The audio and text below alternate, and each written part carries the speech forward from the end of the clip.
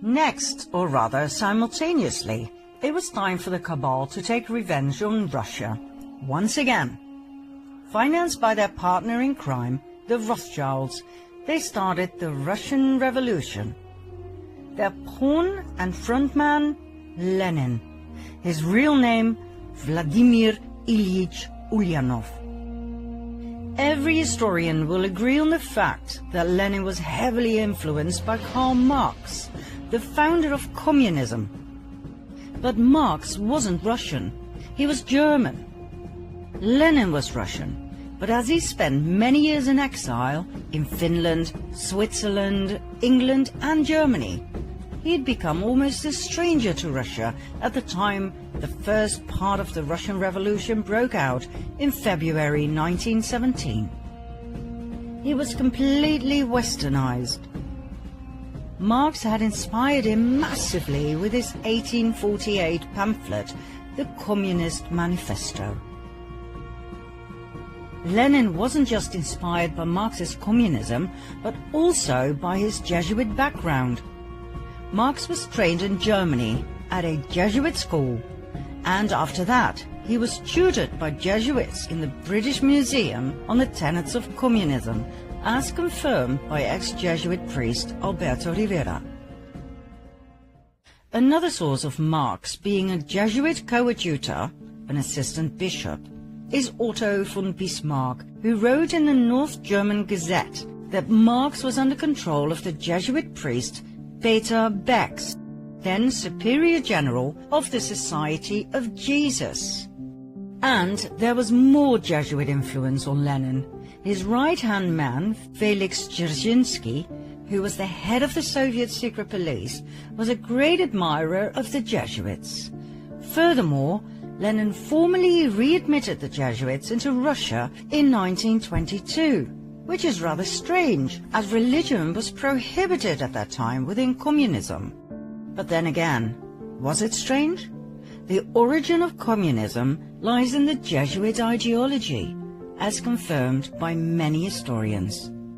The Jesuits in the 17th and 18th centuries perfected the first system of communist governance in their reductions in Paraguay.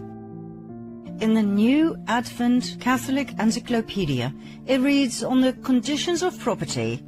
The economic basis was a sort of communism. The land and all that stood upon it was the property of the community. The land was apportioned among the caciques, who allotted it to the families under them. Agricultural instruments and cattle were loaned from the common supply. No one was permitted to sell his plot of land or his house. Very communist indeed. We will see later on in this documentary that even the term social justice was invented by the Jesuits. The first man to name it and write about it was the Jesuit Luigi Tabarelli d'Azeglio. Lenin was a Jesuit puppet who was pushed forward by the Cabal to destabilize and destroy the country. He hated Russia and the Russians. Some of his most famous quotes are, "I spit on Russia. While the state exists, there can be no freedom. When there is freedom, there will be no state." And, "May 90% of the Russians die, and let the other 10% live under communism." The Russian Revolution was a Jesuit attack on the country. Their motive? Revenge. Their pawn? Lenin. Their tool? The Bolshevists. They were the equivalent of the Jacobins during the French Revolution. Millions of people died in Russia between 1917 and 1923, the year in which the Russian Revolution ended with the Bolshevist founding of the Soviet Union. Now, before we move on to World War II, where we will share with you a discovery that, quite frankly, knocked us off our feet, so keep watching, we will first take a look at a chain of events in the US. Maybe you remember from part 2 of the previous series, that in 1913 the US Federal Reserve Bank was founded, the mother of all banks, owned by several Cabal families, among which the Rothschilds? Remember what happened to the three wealthiest and most influential opponents of the Fed? They conveniently died when the Titanic sank. Less than a year later, the Fed was a done deal. In the US at that time, about 21,000 banks did not yet fall under the jurisdiction of the Fed. That was, and still is, an absolute lethal thing to do. One might as well commit suicide, as history has proven over and over again, worldwide. In 1914, World War I started, 1 year after the establishment of the Federal Reserve. Between 1914 and 1919, the Fed doubled the money supply, causing a nationwide increase in lending. In 1920, it shrank the money supply, and 5,500 competitor banks went bankrupt. They were bought by the Fed for next to nothing. Between 1921 and 1929, the Fed increased the money supply again. Loans were everywhere.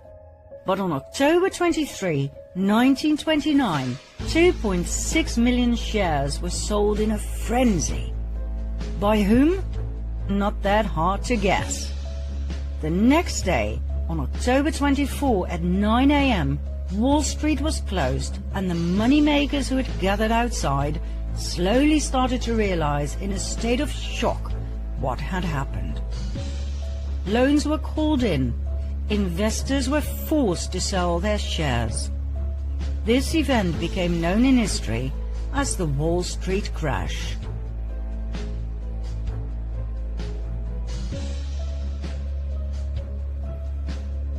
The Wall Street crash brought the rest of the world on its knees too.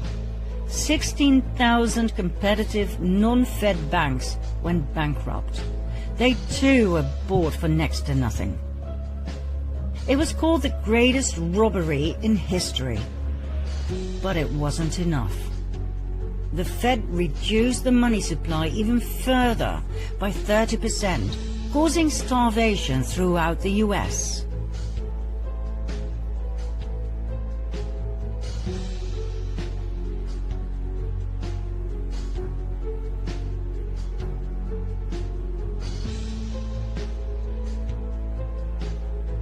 The Rothschilds had done what they had successfully been doing since the French Revolution, manipulating the stock market at the expense of the people to further increase their wealth and power.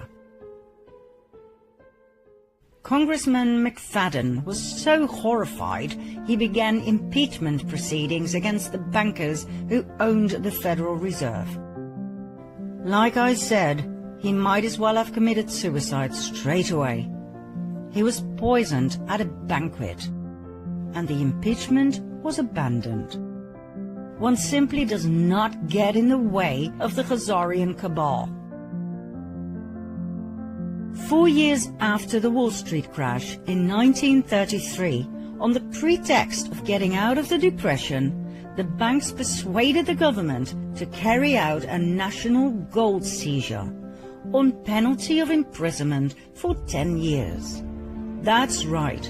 Under pressure of the Fed, President Roosevelt signed Executive Order 6102 to make the impoverished American people give up their gold.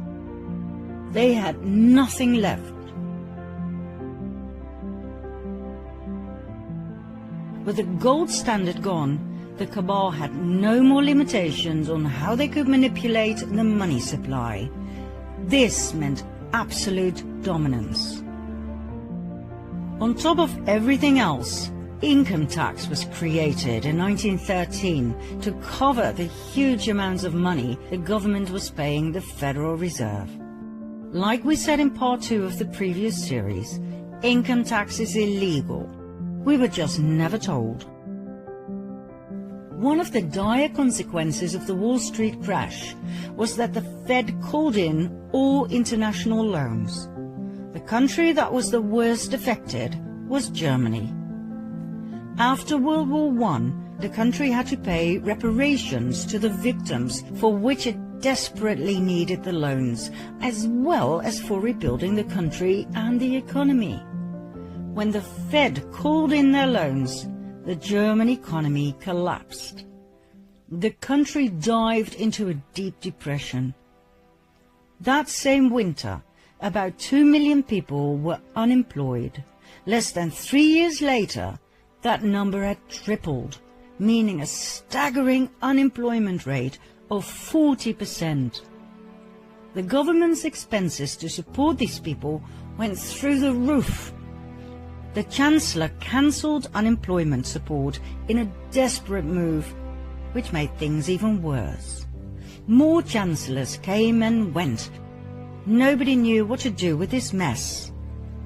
People were losing faith in democracy, music to the ears of the Cabal, and sought help from extreme left, the communists, or extreme right, the Nazis. In January 1933, Hitler became Chancellor of Germany. Although he had a majority of seats in Parliament, he did not have the absolute power he desired. Conveniently, only 4 weeks later, the Reichstag, home of the German Parliament in Berlin, was set on fire, allegedly by communists. Hitler used the event to persuade President Hindenburg to pass an emergency act restricting personal liberty. The act abolished freedom of speech, assembly, privacy, and the press. It abolished the right to own property and the right to trial before imprisonment. It legalized phone tapping and interception of correspondence. The decree was used as the legal basis for the imprisonment of anyone considered to be opponents of the Nazis. People could be imprisoned for any or no reason. That night, around 4,000 people were arrested, imprisoned and tortured by the SA. Hitler was now able to imprison communist leaders, so his main opponent during the elections, the Communist Party, fell apart. Hitler's SA intimidated the rest of the opposition, after which he pushed through the Enabling Act that enabled him to make laws without the parliament's consent for the next 4 years. This gave Hitler absolute power. He then banned all political parties. Only the Nazi Party was allowed to exist. The final obstruction to absolute dictatorship was dealt with on June 30, 1934, called the Night of the Long Knives, when 400 SA members who were making demands were slaughtered by Hitler's SS. 1.5 months later, Hitler was in absolute control of Germany. He had become the Führer, meaning he was president, chancellor, and head of the army. Members of the armed forces had to swear a personal oath of allegiance, not to Germany, but to Hitler, which is so Jesuit. Remember the oath of absolute subservience and obedience to the Supreme General? Who was Hitler, really? Hitler came from an interesting family. His mother was Clara Pölzl. His father was Alois Hitler. Alois's mother is where things get really interesting. Her name was Maria Anna Schiggelgruber. She was a simple peasant girl from a village called Strons near Dollersheim. At the age of 42, still being single, she gave birth to Alois. At the time she conceived, September 1846, Maria lived in Vienna, where she worked as a servant for none other than Anselm Salomon von Rothschild. As soon as the family discovered her pregnancy, she was sent back home, where Alois was born. Maria refused to tell who the father was.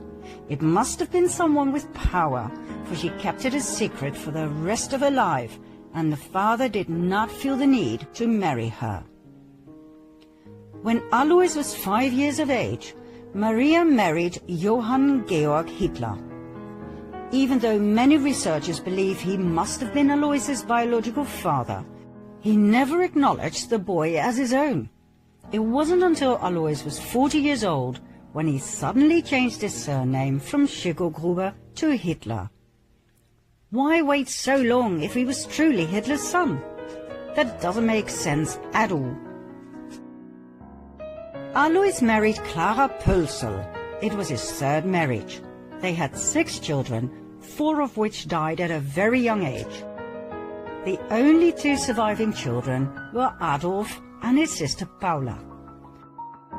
Nobody knows for sure who the biological father of Alois Hitler was. Several names have come forward: Leopold Frankenberger, Johann Nepomuk Hitler, Johann Georg Hitler's brother. But we found no real evidence for any of the above. They all seem to have been used as a decoy to take our attention away from Anselm Salomon von Rothschild. So, why do we believe it was Rothschild who impregnated Maria? Because of several indicators. First of all, 9 months before Alois's birth takes us to September 1836. According to the Rothschild archives in London, Maria worked as a maid for Anselm Salomon von Rothschild. Now there are 2 possible suspects of the rape of Maria.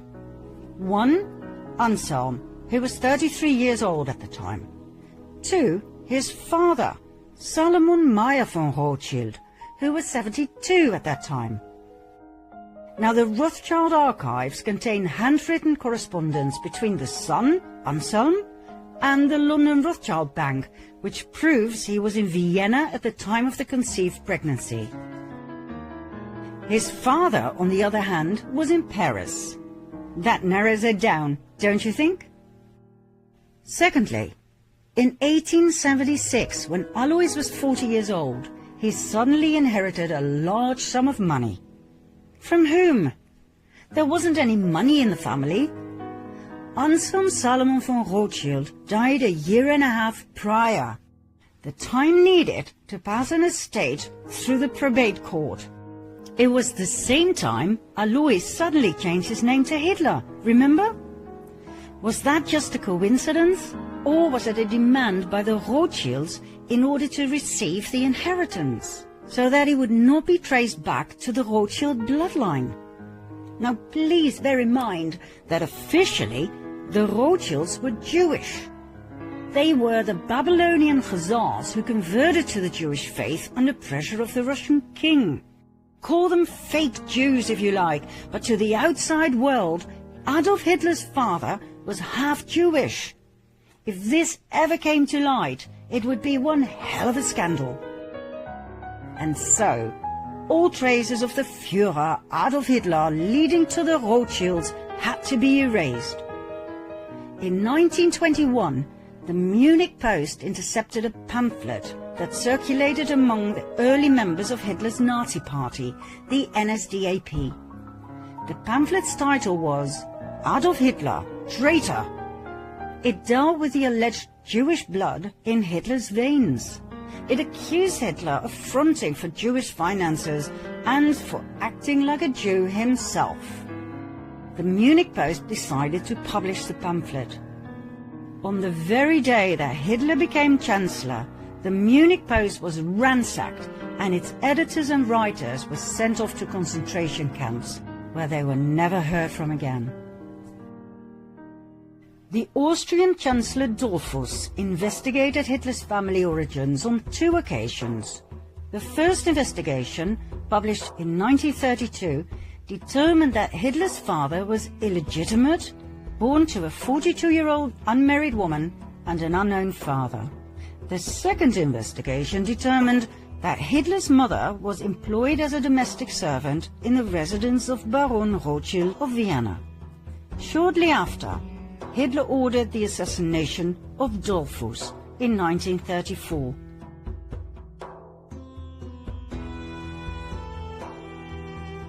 Adolf Hitler once told his nephew, William Patrick Hitler, "These people must not know who I am. You must not know where I come from and which family I'm from." In an effort to erase any evidence that would lead Hitler back to the Rothschilds, not only were people murdered, but the entire village of Dollersheim, where Hitler's grandmother had come from, was completely destroyed on Hitler's orders. Adolf Hitler, the Führer, did not come out of nowhere. We believe he was a Rothschild, maybe an illegitimate one, but still. We saw in the previous series, in part 5, how the illegitimate James Alefantis Rothschild was pushed forward by the family to play a very important part in the US elite and their Pizzagate. Well, Adolf Hitler too was pushed forward the same way to influence the outcome of yet another Cabal war. Hitler was a great admirer of the founder of the Jesuits, Ignatius of Loyola. He said, "I learned much from the order of the Jesuits. Until now, there has never been anything more grandiose on the earth than the hierarchical organization of the Catholic Church. I transferred much of this organization into my own party." Hitler called Heinrich Himmler, the inventor and organizer of the Holocaust, the Reichsführer of the SS, and compared him to Ignatius of Loyola.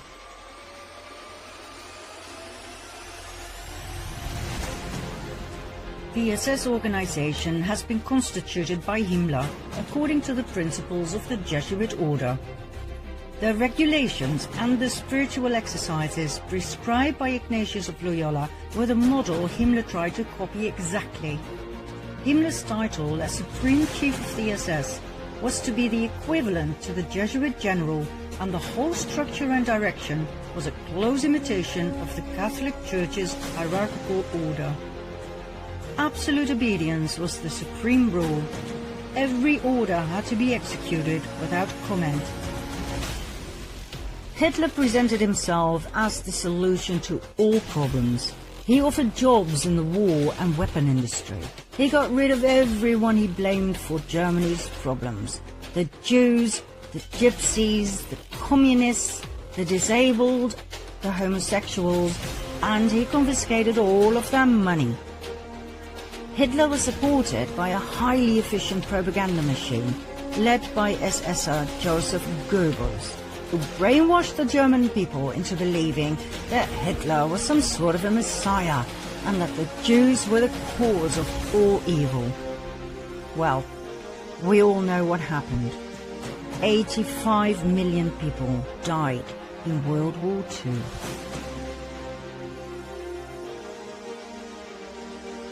But the cabal wasn't done just yet. As you might know, in the aftermath of World War II, hundreds of thousands of Jews emigrated to the promised land of Israel. But did you know that this migration had already been planned by the cabal in 1917?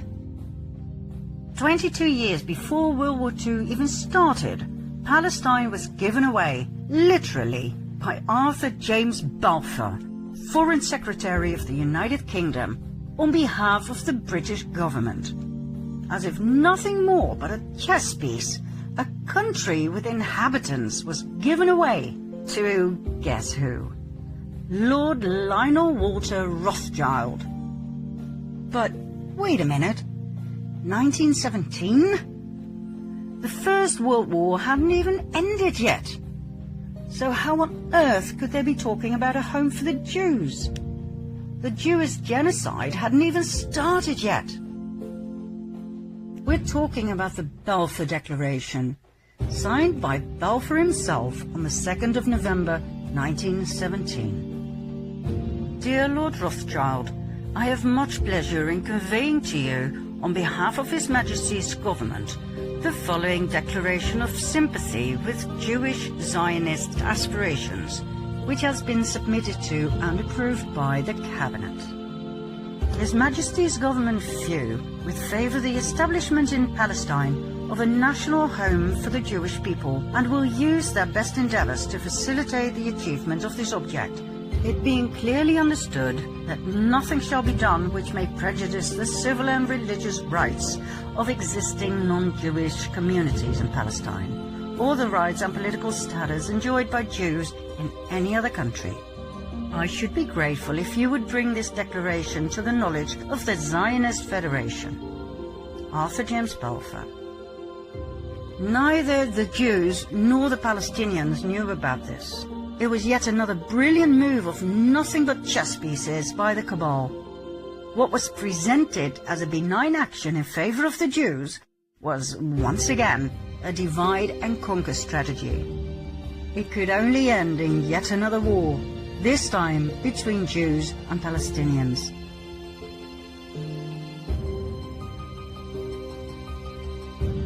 The Jewish people were willingly and knowingly murdered 22 years after the Balfour Declaration was signed. Why? Because the Rothschilds and the other Cabal families had but one focus: Jerusalem. It's not by chance that so many family members have Solomon in their name. The Temple of Solomon, Temple Mount, and therefore the land of Israel was their main priority. We will soon tell you why and expose their deepest and darkest secret. For now, millions of Jewish people were sacrificed in order to get there. There were many more wars to follow, like the Vietnam War, the Cold War. All were instigated and financed on both sides by the Cabal. That's how people across the world were kept in fear, paralyzed and poor, divided and subservient. Once you understand and see their strategy, you cannot unsee it. But the worst was yet to come, for times were changing and the Cabal adapted their strategy as time went along. Key words in their everlasting plan to conquer the world: hatred, revenge, disdain. These three words were perfectly combined in one document, the Protocols of the Learned Elders of Zion,